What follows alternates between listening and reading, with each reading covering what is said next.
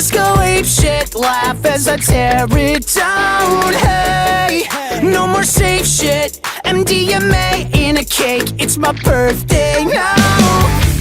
At 3 in the morning, I'm always so ready for it. But when I wake up to write my story, I remember I'm boring. I would be a legend if I could collide and tear apart the single Hollywood. But when I leave, it drags me back, it calls without any warning. I remember I'm boring.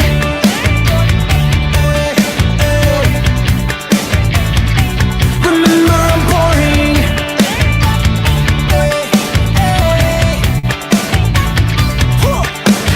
Hey, I wanna make out with the takeout girl at the Charlie Brown's. Hey, we'll be too loud, call for anarchy when they throw me out. At 3 in the morning, I'm always so ready for it.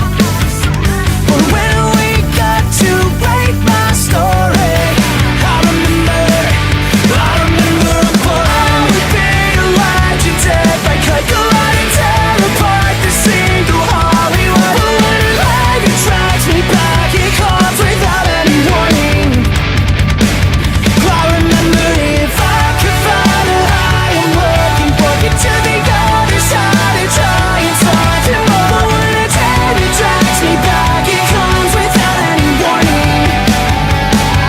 I remember I used to think that one day I'd give the best of me, but if that's what GM everyone, nice to have you with us and welcome to this Ape School big session.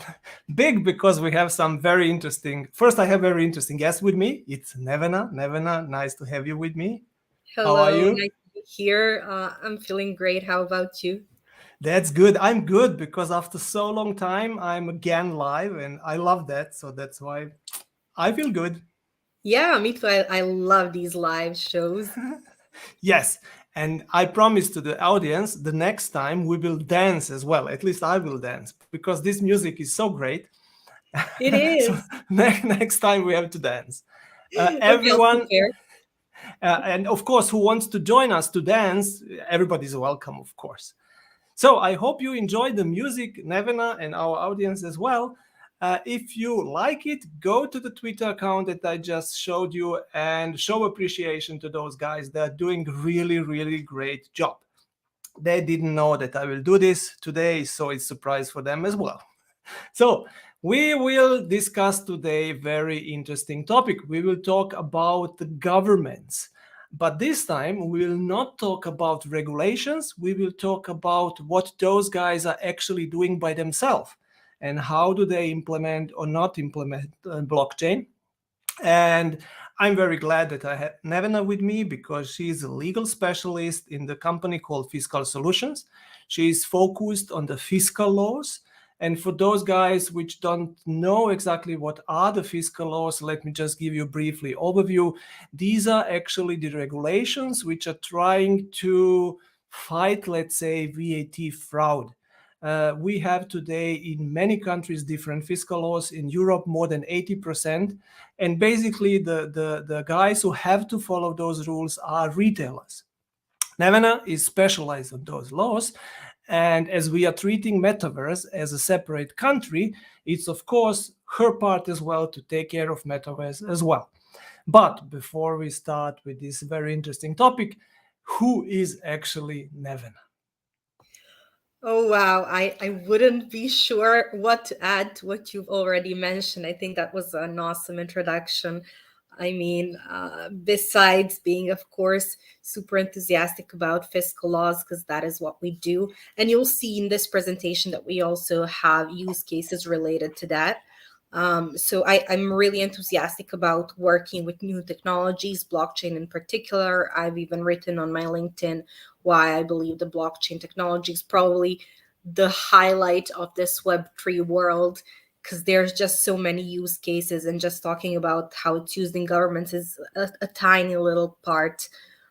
within this world. So I like to talk about these technologies, their use cases, regulations which cover them. So I guess that will be a solid introduction to begin Yeah, with. I think you mentioned LinkedIn. Guys, follow Nevin on LinkedIn. She's very active over there and she's publishing great content, mostly legally oriented, not only Web3 based, but also related to the IP rights and properties and these kind of things, which are related actually also to Web3 somehow as well. Yeah.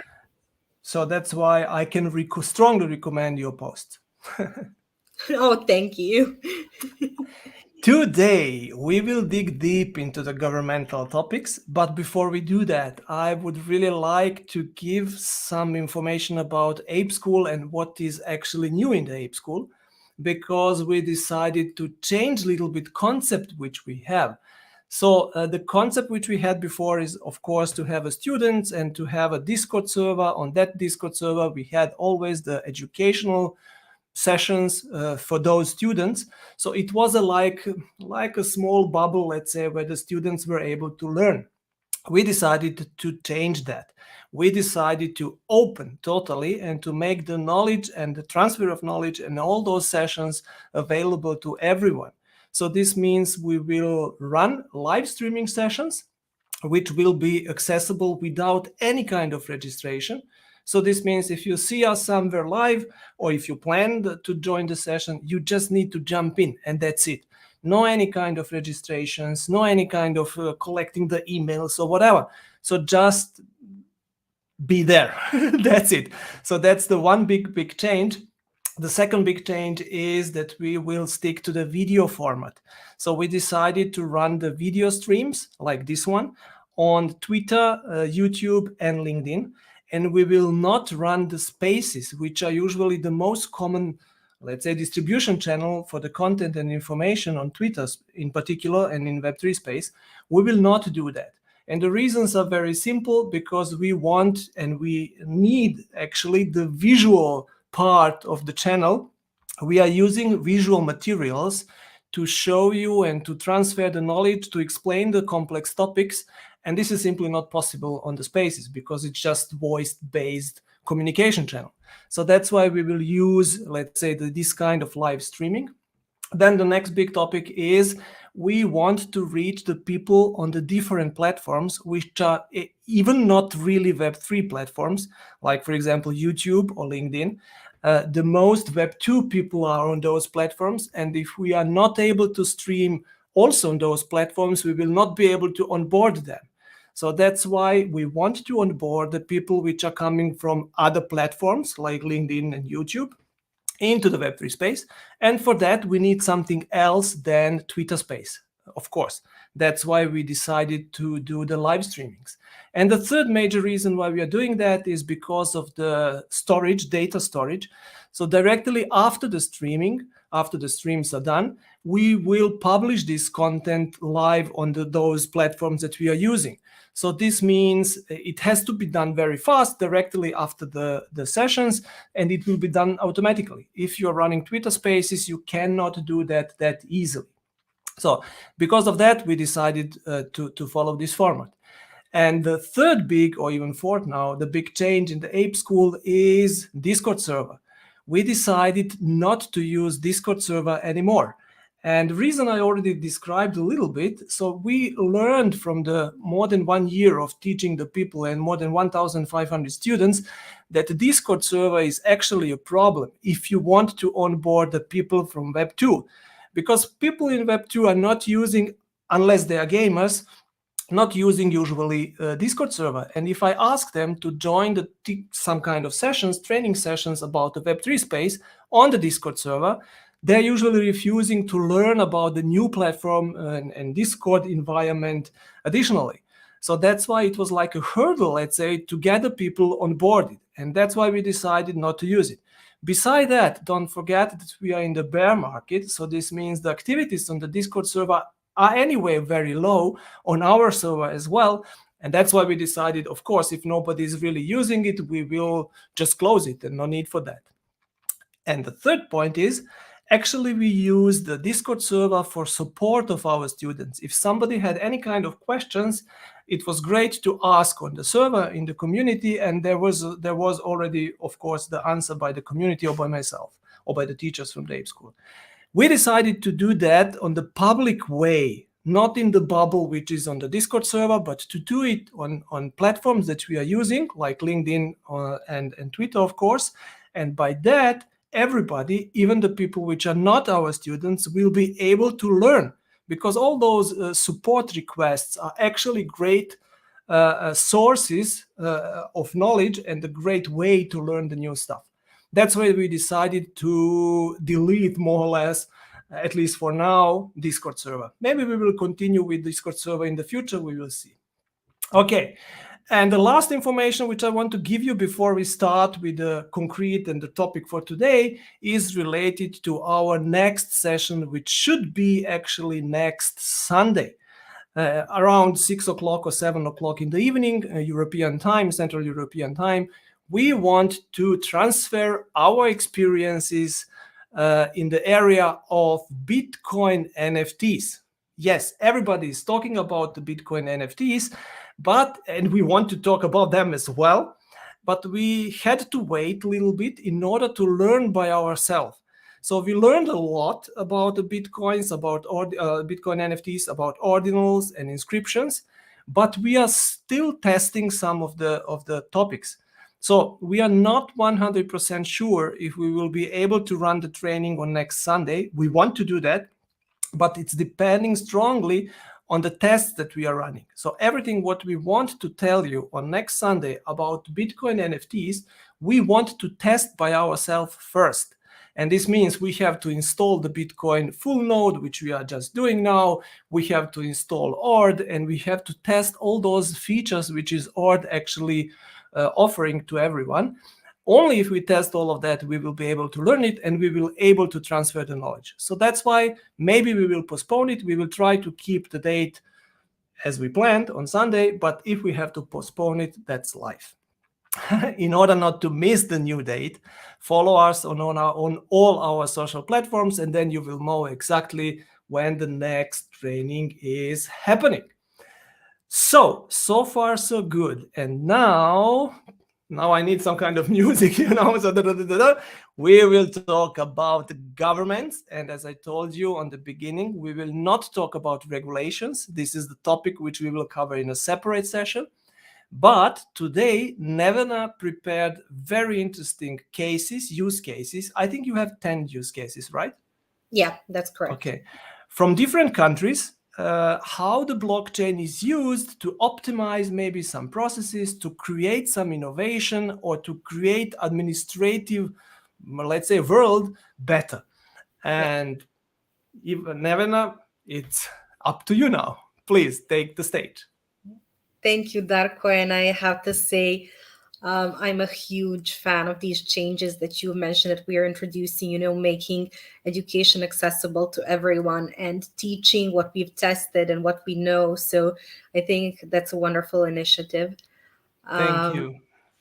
So I think Darko has given us enough introduction to the topic, and I think it comes as no surprise that we're talking about blockchain technology in particular, because it has gained a lot of attention in the recent years, because it has potential to revolutionize many industries. And that includes also the realm of public administration and policy, and generally the way governments operate. So I'll just give you a brief agenda. As you can see, it's very short, because I wanted to make a really clear structure of what we're going to talk about. So I'll give you 5 main benefits that I've managed to draw from different use cases. I'll give you 10 different use cases or 10 different countries which have already implemented, tried and tested. Some have even adopted, others have abandoned blockchain technology. I'll tell you why it has worked for them or why it hasn't. And then at the end, I'll mention 5 main challenges that they've encountered. So, of course, there are disadvantages to any technology, including blockchain. So things that should be worked on more in the future, so then you can have a clear picture of how the governments have been using this technology and what we can expect from it in the future. So we can start with the benefits. And you can see here that I've tried to kind of formulate it into 5 benefits. So instead of just naming them one by one, let's just go through them and see what they entail. So as you can see, the first one is that blockchain improves efficiency and transparency in governments. And what I mean by this is that it allows for secure and transparent digital records to be created. So we're talking about electronic records that have different information related to how governments operate, what activities they're engaged in. And what this does, it creates a lesser need, it reduces need for physical storage, for excessive paperwork, and this makes, of course, any governmental processes simpler, more optimized. Any unnecessary steps are removed. So the process of offering governmental services is made more, let's say, efficient, while the governments are able to save time, they're able to save their resources, whether we're talking about material resources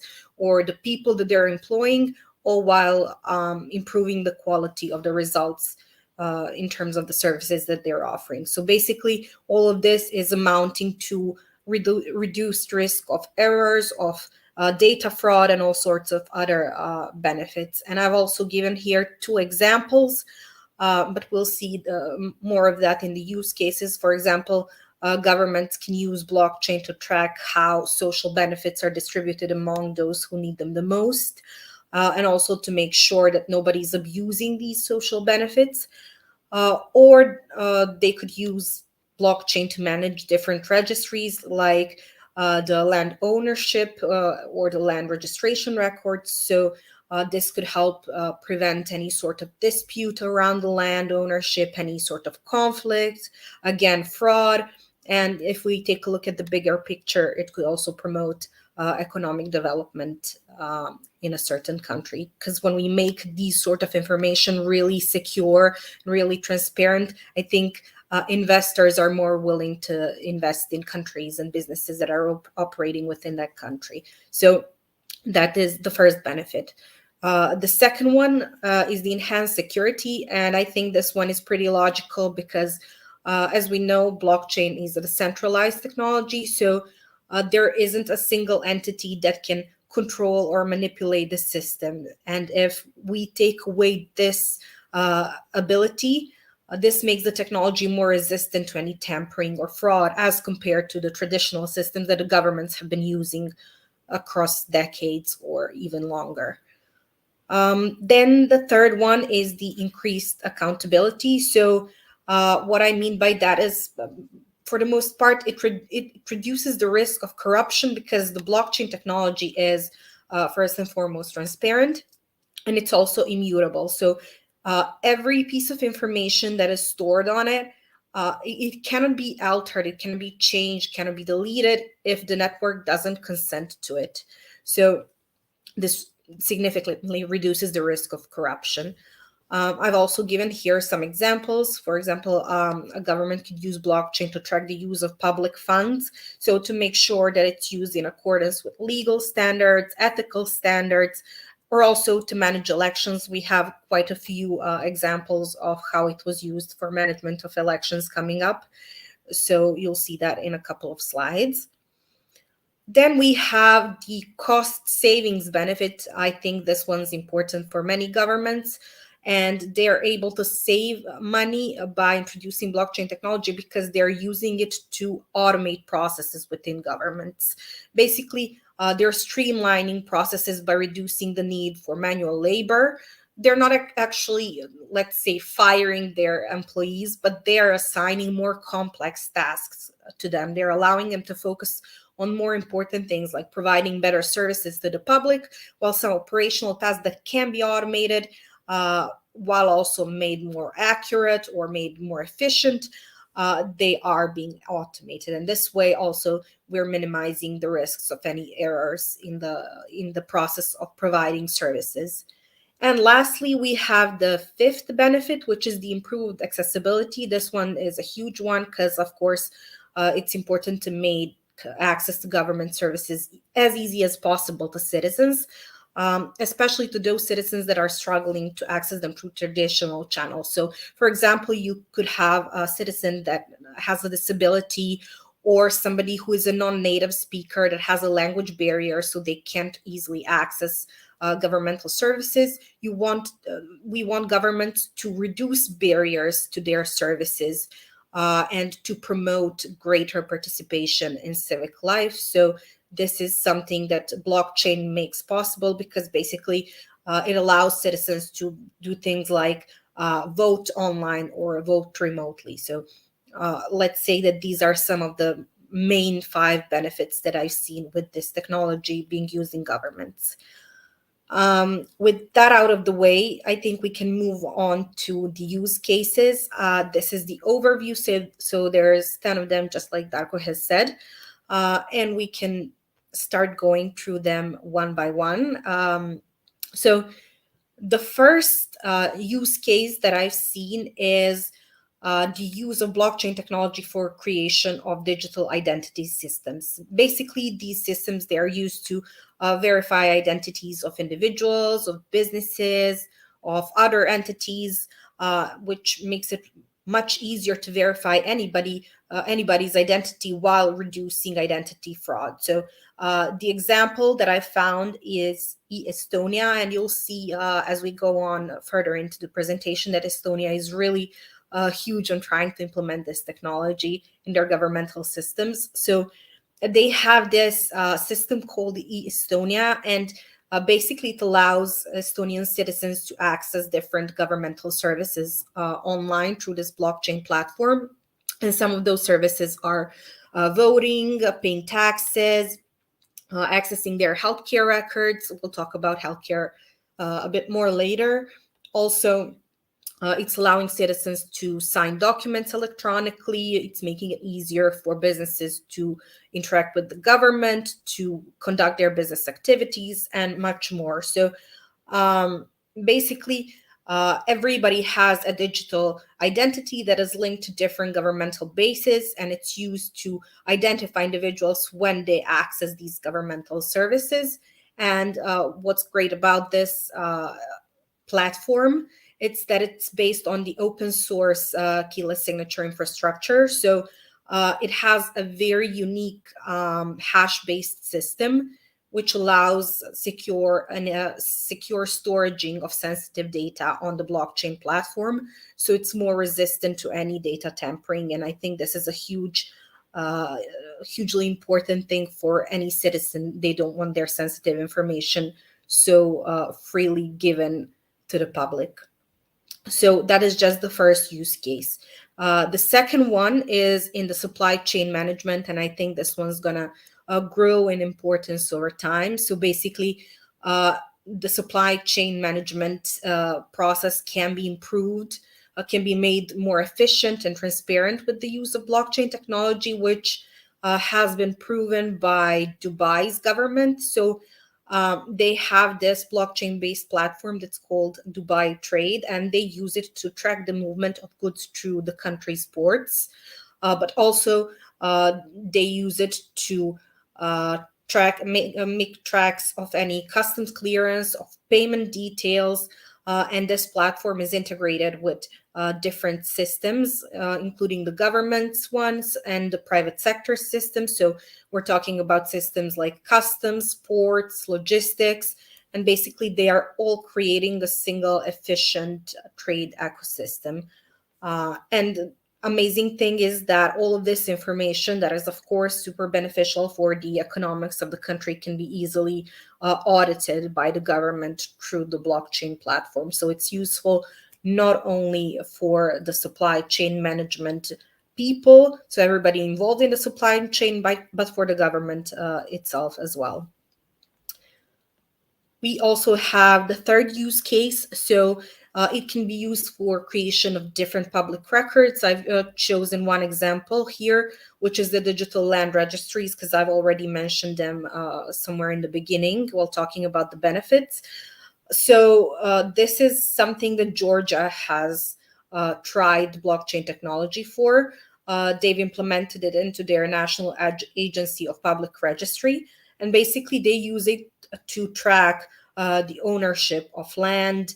They allow citizens to use this platform to register their ownership, to transfer it. So for buying property and selling property, basically any type of managing of land ownership, and also for auditing any ownership transactions. And basically it works through the smart contracts, which make the process automated, and basically the whole land ownership process is made that much more simpler if one has, of course, enough knowledge to navigate this system, which the technical expertise needed to talk about the use of blockchain is something that we'll talk about later when we mention the challenges of it.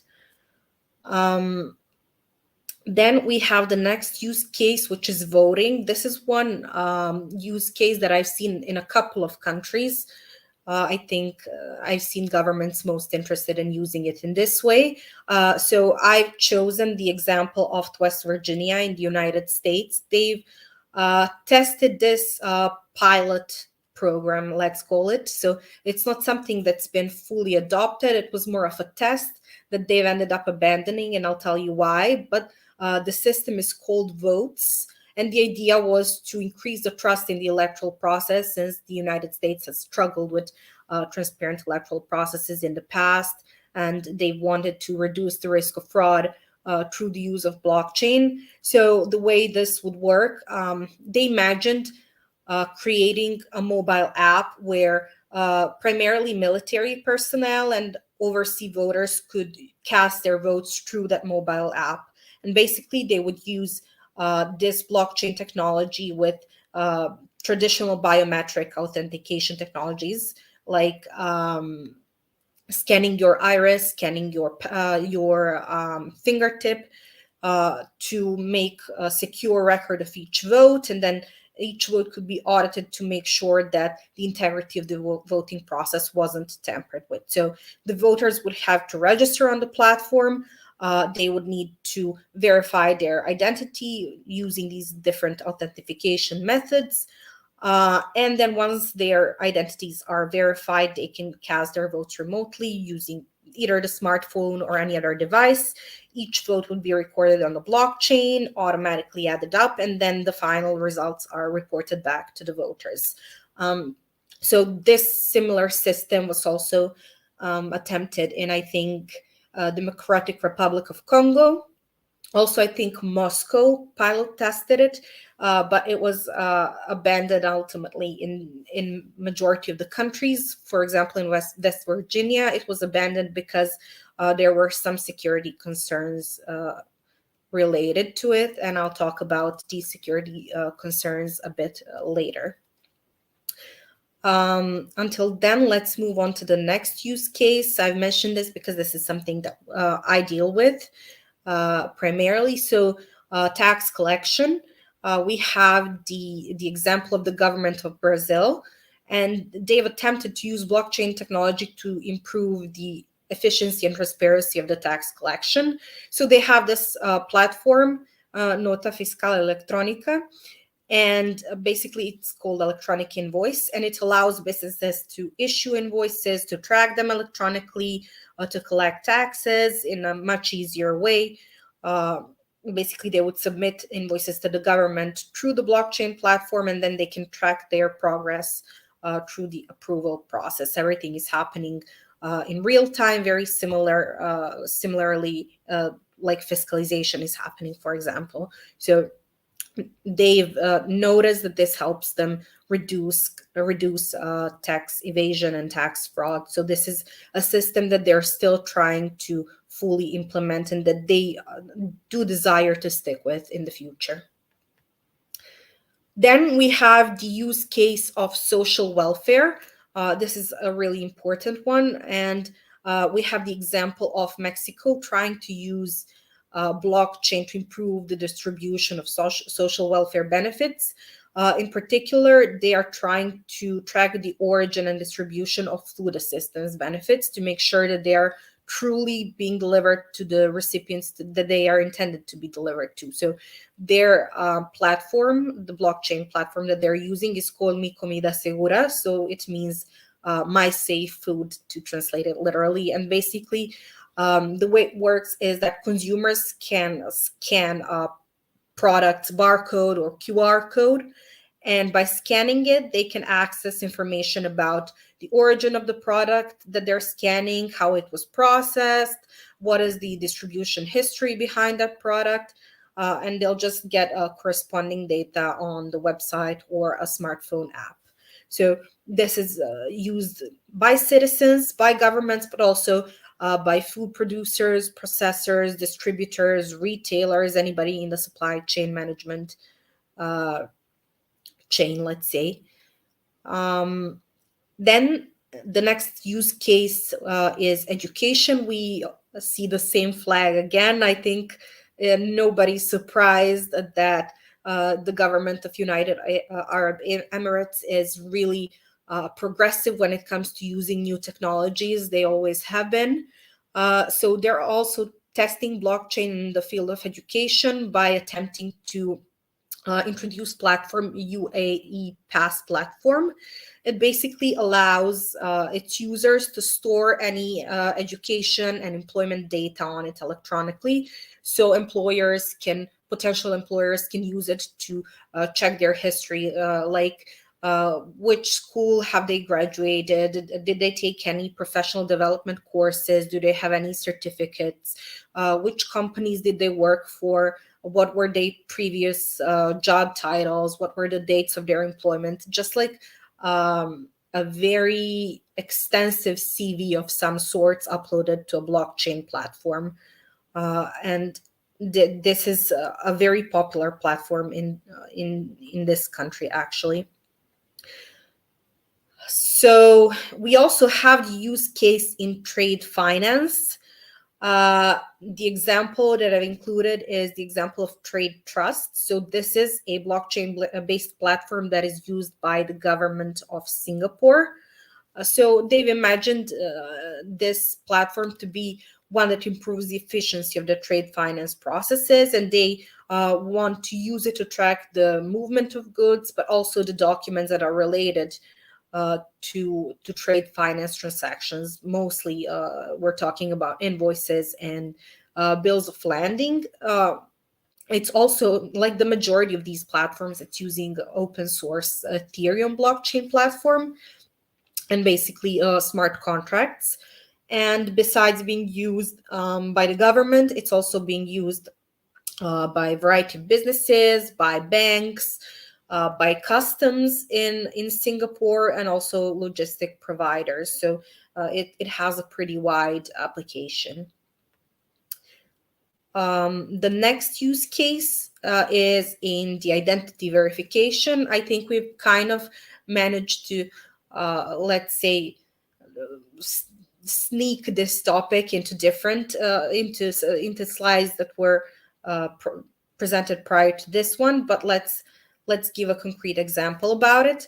So a government of India is actually using this sort of blockchain platform. They're using it to create identity systems, digital identity systems for its citizens. So they have this platform. I might butcher completely the pronunciation, but I believe it's called Aadhaar. And it allows citizens to verify their identities electronically. And it's supposed to make it easier for them to access different governmental services, or to make it easier for businesses to conduct their business activities. So the word that they're using for this platform, the Aadhaar, is basically a 12-digit signature. So it's a unique identification number that the Indian government issues to every resident of India, and it's assigned to them once they register and verify their identities through passports or their national ID card, so through traditional methods of verification. And then this 12-digit number, it's linked to the citizen personal data, such as their name, their date of birth, their fingerprints, again, iris scan, and basically they can use it to access different governmental services. And finally, we have this use case in healthcare industry. So I think this is the e-health blockchain platform in Estonia is actually the extension of the first blockchain platform that we mentioned, e-Estonia one, because they have also the e-residence program, and they are all tied into this single blockchain platform. So Estonia has really attempted to integrate blockchain in different sectors and for different purposes. I think in some of them with more success, in other ones less. But I think that's completely expected with this sort of technology. So in healthcare in particular, their idea was to create a more secure and transparent record of healthcare data. And this is because there have been some concerns about the way pharmacies operate, the way healthcare system operates, not just in Estonia specifically, but in healthcare industry in particular, like all over the world. So they've implemented this blockchain-based platform called eHealth, and healthcare providers, so doctors, any sort of practitioners, medical practitioners, they can use it to securely store patient records, such as what are their diagnosis, what are their medical histories, their treatment plans.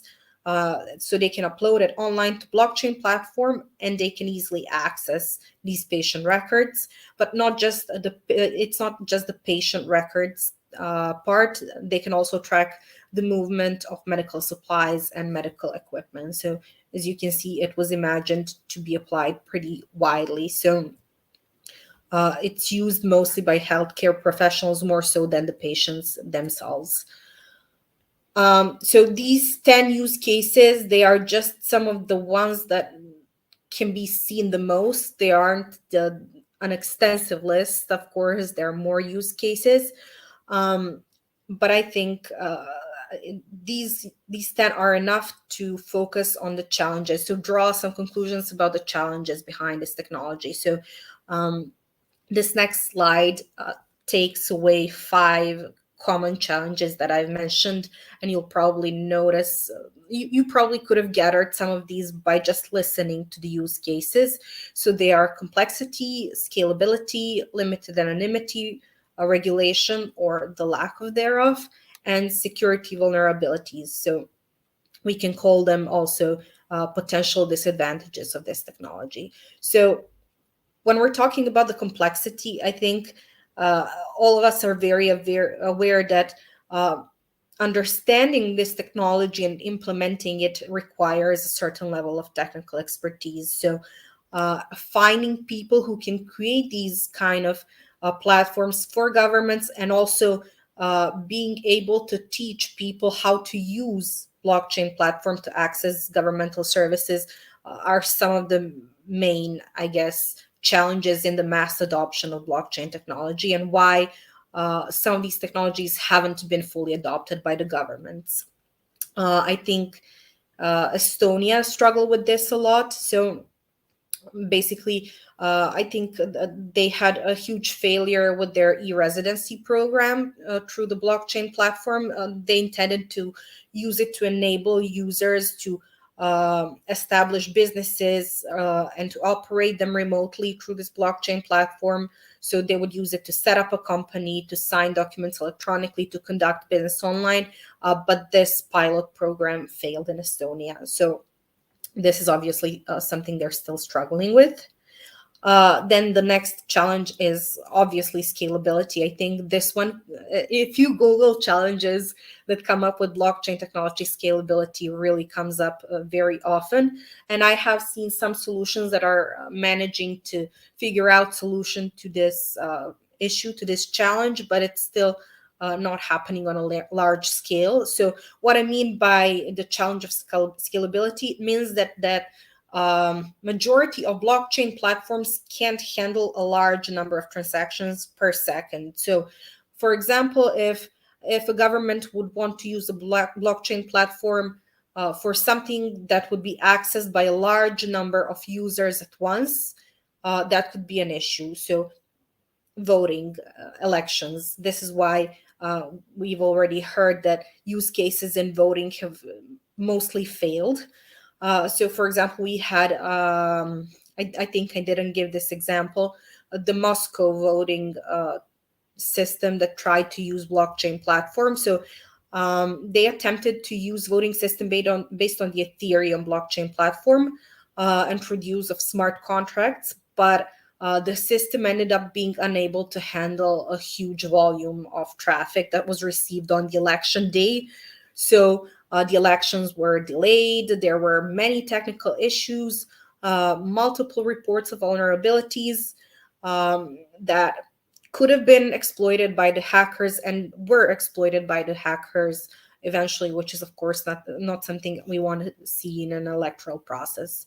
So this is a huge challenge that still needs to be tackled. Then the third challenge is limited anonymity. This might come as a surprise to some, it might not.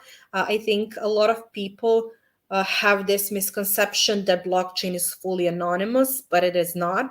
So every transaction that happens on blockchain is still visible to everyone on the network, and every transaction can be traced back to the originating address.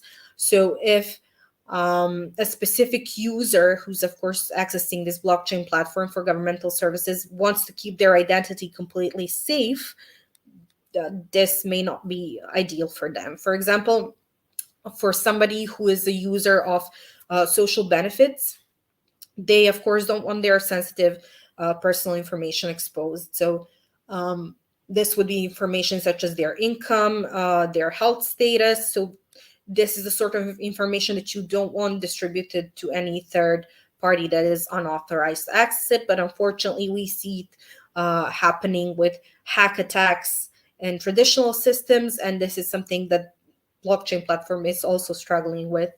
Again, I think it comes back to the complexity of the technology, but also it comes to the next challenge, which is the lack of regulation. So I think a natural consequence of the lack of clear regulation is that there is lack of legal certainty. I mean, we are talking about technology that is still very new and it's rapidly evolving. So it's absolutely clear that regulation is going to take some time to follow. And what this is causing is that it's making it really difficult for businesses and for organizations to confidently adopt and use this sort of technology, because it's creating a lot of uncertainty in the way that they're doing business. So I think what we would need to do is to develop some sort of guidelines or best practices that businesses need to follow. And also, I primarily mean guidelines and best practices in terms of data protection, consumer protection, cybersecurity. These three are just coming off the top of my mind. I'm sure there's more. Also, we need to establish some sort of regulatory bodies, because I think the traditional ones that already exist aren't sufficient. And they would probably, if we develop national ones, they would need to cooperate with international associations, because we need to have regulation that's harmonized on a global level for it to be applicable. And it's important for these organizations to have actual experience with blockchain technologies, which of course isn't easy because they're relatively new. So having extensive experience isn't something that we can necessarily talk about in majority of cases. So the kind of experience that we're talking about, they would have needed to develop some sort of sandbox for business to test these new technologies in controlled environments. And finally, we have security vulnerabilities. I think this challenge has also come up. So as with any technology, blockchain is also not immune to any security vulnerabilities.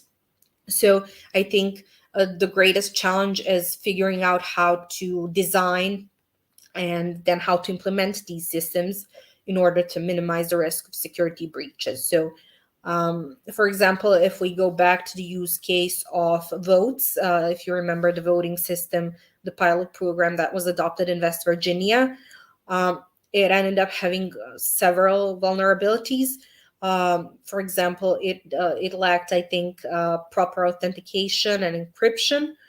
And the issue with that is that hackers could basically manipulate votes, and they could access personal information that was tied to the voters. So Another concern was that this pilot program wasn't tested thoroughly.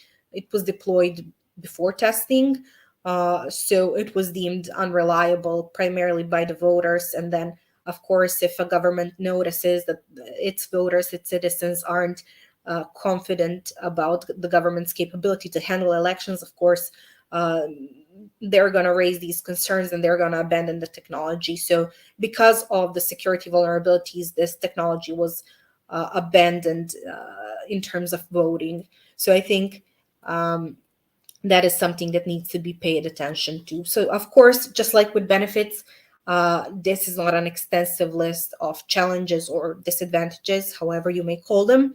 But I think they are the most common ones that we can see. And I think this can serve as it's not only useful to get an overview of these benefits and challenges and how these technologies are used in the governmental system, but many conclusions can be drawn as to how this technology can be mass adopted across different industries that are actually doing profitable businesses. So they're not offering governmental services. We're talking about profitable companies. So this is something that can be interpreted very generally and widely, I guess. So that would be, I guess, the introduction into the blockchain and how it's being used in the public administration or in the realm of governments. I'm sure that Darko actually has more ideas on I how have to some work. questions. I have some questions because first, thank you very much. It was very informative, very interesting insights, and those 10 cases that you just presented are really great, absolutely. And even more great, I think, are the challenges that you just described because they are really there and they are really Yeah. complex. And tell me, please, what do you think? What will be the future actually? Because on one side we have very complex technological environment and process-related environment. Those are the challenges that you just described. Yeah. On the other side, we have governments that want to improve something and they are heavily testing it. We just saw it, 10 different cases, and there were even more. What do you think? Who will be stronger, the challenges or the wish to innovate and to make it better? So I personally, I may be wrong, but I think the wish to innovate will win over the challenges. I think when any sort of Web3 technology was introduced at first, I think a lot of hype surrounded it, and there wasn't enough focus on the actual use cases. But I see the shift happening. For example, I see it on LinkedIn. I think people are starting to talk less about what blockchain is, what NFTs are, what cryptocurrencies are. We already understand the basics. The mass public understands the basics and how they work. So now we have to figure out a way to actually apply these technologies. And a lot of businesses are shifting their focus towards that. And they're understanding that they need to do this without creating any additional issues. Like they need to present this Web3 solution, this blockchain solution is better than any Web2 solution that exists on the market. And it's Mm. not creating any additional problems, it's just solving them in a very efficient way. So since that shift in the mentality has happened, and since we've seen, I think I can speak for myself and my colleagues within the legal department and the Fiscal Solutions, we've attended different webinars that have included topics on the use of blockchain in the tax realm.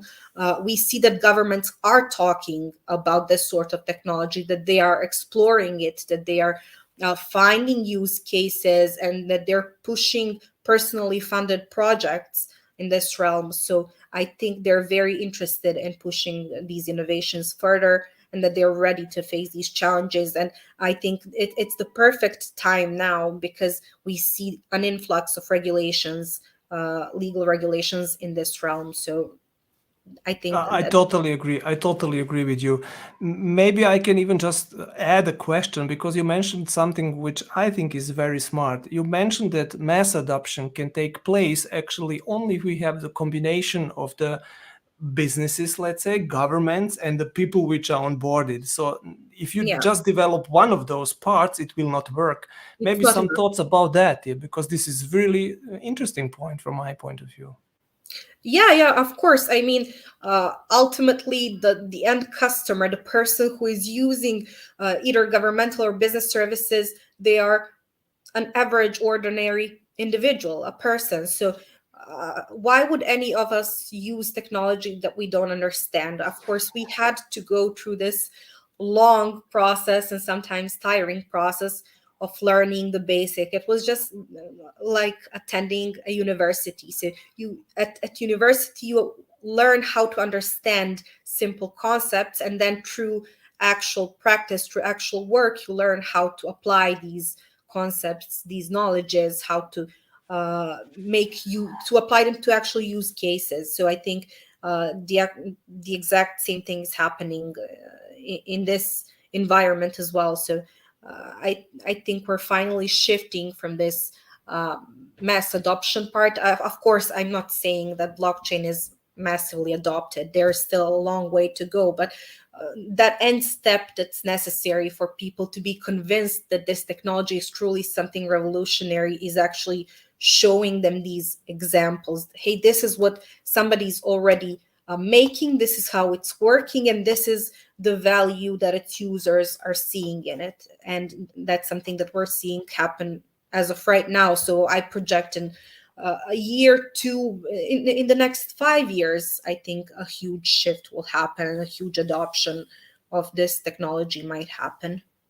But this is a really interesting view because I think, and I have to agree with you, the adoption will be driven not only by the companies and by the products which we have in the Web3 space, but it will be pushed by the governments themselves as well. And I Yeah, think there will be even major driver because imagine the situation if the government of your country is pushing a certain blockchain technology and the biggest companies in that's the same country are pushing a totally different technology.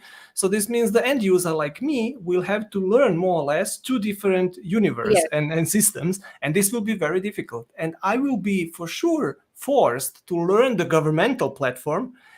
And even if I don't learn the business based one, I will learn the governmental one, so they will be the big boss and not the companies. Actually, that's how I see it, at least. yeah. And I think this doesn't come as any surprise. We see it happening.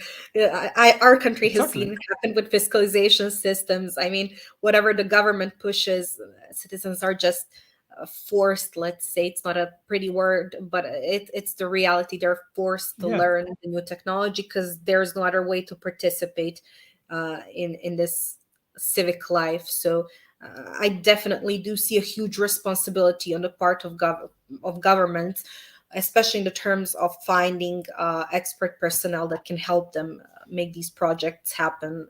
But I think, for example, since I'm talking personally about Serbia because that's where I'm working. We have a lot of people who are very enthusiastic about this sort of technology, and they're really trying to push it forward in our country. So uh, I'm sure we're going to see it sooner rather than later in this country, but also other countries as well.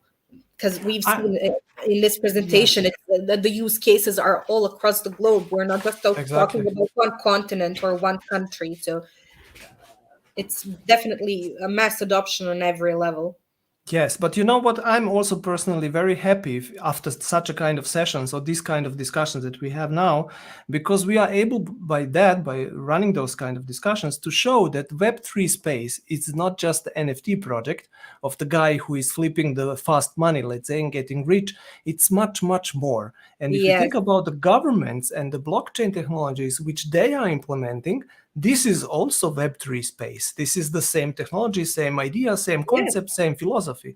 So that's why I really hope that the people will see that and understand the benefits created by the Web3. And yeah, we will see.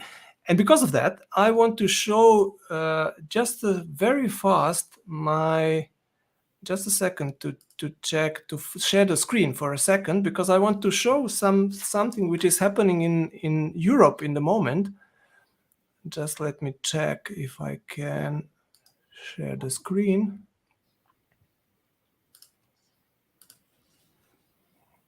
Okay, give me 1 second, please.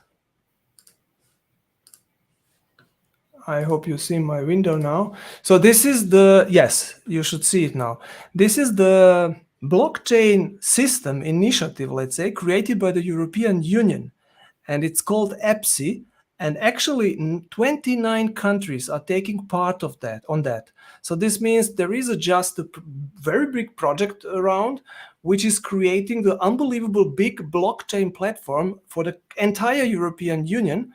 And this is, I think, gigantic. This is great, because if we are able really to implement this kind of blockchain idea all over the countries in the European Union, this would be great.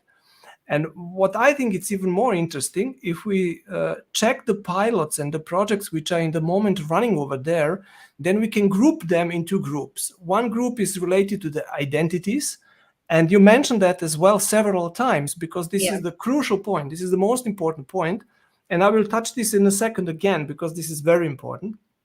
And another group of the projects which are running on the European level are projects related to the documents. So whatever you are creating as a document around, let's say, a certificate of education, social security, ownership of the whatever. So all those documents are perfect use case to be saved and to be created on the blockchain. So these guys are doing exactly that. If I'm going back to the identities, I can explain you very simple why is identity so important. There are other laws which are actually already today existing in the European Union, of course, and most of them are based on the identity. You cannot apply certain laws if you don't know who is in charge at the end. So that's why before any kind of regulation is created, before any kind of automation of the governmental services is created, you have to solve the problem of identity to be sure who is who. So that's why all those countries are actually starting with a topic related to identity. And maybe just to touch a little bit retail, because we are actually working in the retail environment. I'm not sure. I know that you never know that. You know the law, which is actually called one-stop shop, and this e-commerce based law. And this is something which I see as a very interesting for the metaverse environment and Web3 environment, because it's very similar. One-stop shop is, just to clarify, that is a law which is actually applicable for the e-commerce business. So if you are running any kind of online shop, for example, in France, and your customer is coming from Germany, so you have to know that he's from Germany, and he buys something from you, you have to calculate VATs in France based on German VAT rates. So this means the place where the transaction is actually taxed is not the France, but it's Germany in this case, because the customer is coming from there. And now imagine the situation in the metaverse. We are in the blockchain world, we are in the Web3 space world, where you are dealing with the wallets, with addresses, and you don't know actually what is the country of origin of that customer, which is just buying digital, I don't know, whatever, t-shirts or something like that. So this means before any kind of regulations can be applied, the governments have to solve the problem of identities. That's the reason why they are implementing that. Am I right? Yeah, and we had a separate, I think, workshop webinar, however you want to call it, where we actually explained that. I think it was the one of the first ones that I've held with you within Ape School, if I'm correct. Right. Yeah, so I'm expecting now in the near future that we will get some kind of, let's say, identity system in the European Union, and probably in other parts of the world as well. They will be probably different, maybe even in each country, but this will be the base for all other, let's say, laws and rules which will come after that. And you mentioned also something very interesting, that the governments are today heavily investing more or less time and efforts to be part of some kind of initiative in the countries and in kind of groups, let's say, where they are trying to do kind of research and all these kind of development efforts. I want to present one as well, because we are, as a company, we are part of that. And it's a German one, and it's called Institute, let's say, I can translate it like that, Institute for Digitalization of the Tax Environment or Tax Laws. And this is actually an organization where the professional associations, like they call them, from national, from Germany, are there, universities, and look at the number of them. So there are quite a lot. There are organizations, or let's say public sector environment, and this is basically government, and lots of different parts of the governmental institutions. And then you have consultancies and so on, and very big companies inside, like Telecom, like Bosch, like Capgemini, and so on. So this means there are huge efforts just in the moment going on, let's say, in the countries, in Germany in this case, and in other countries, the picture is the same, to create, let's say, something totally new based on the blockchain. And that's what I really love, because this is showing that Web3 space is much, much more than just a project around the corner, NFT-based one, which is going to zero anyway, more or less. So, by these facts, I would like to close the session for today. Neven, a very big thank you to you. Maybe some closing words at the end from you, if you want. I have to say that when I mentioned the example of the workshop that I've attended, where governments were talking about the use of blockchain, that was exactly the partner that you just mentioned. I didn't expect that you would catch onto who I was mentioning. So I was actually very excited to see that we've managed to partner up with them, because I think they're working in the same realm as us. And I think it's important for businesses who work in same industries, same sectors, to cooperate on finding these innovative solutions. I think one person alone is never enough. Collaborations are necessary. So if anybody who's watching this is an entrepreneur, or they have their own business, they're considering working with this sort of technology, do network with other experts, do try to find collaborative solutions to the issues that already exist on the market. Do try to actually provide solutions that are needed by the customers, instead of trying to think of something out of the box that doesn't necessarily benefit anyone. And I think a lot can be learned from the mistakes that others before you, including governments, have already made. So I guess that will be something that I'd like to end this presentation. Perfect. Thank you very much for that. And let me add just one sentence. Guys, don't be afraid of the governments. So because the regulation is just one part, and even regulation can be very, very, very helpful. I can tell you based on own experiences. And if you're talking about security and all these kind of things, especially. On the other side, these guys, they want to help in many, many cases, because they want to push the country to be even better and more developed. And development of country means actually developing of the business inside the country and each of us in the country. So that's why they are actually good guys. Yeah. Regulation is not scary. They're there to be your friends. So don't push against it. Find a way to work alongside it. Nevena, thank you very much for this great session. I hope we will do the next session soon again. Yes. All the best for you, and for you guys as well. Thank you very much for being our audience today. If you have any questions, just connect with us on all those platforms that you already know. Exactly. That's it. Thank you very much. See you some other time. Bye. See you. Bye. I remember a boring.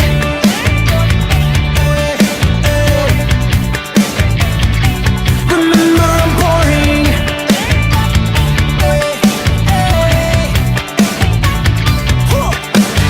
Hey, I wanna make out with the takeout girl at the Charlie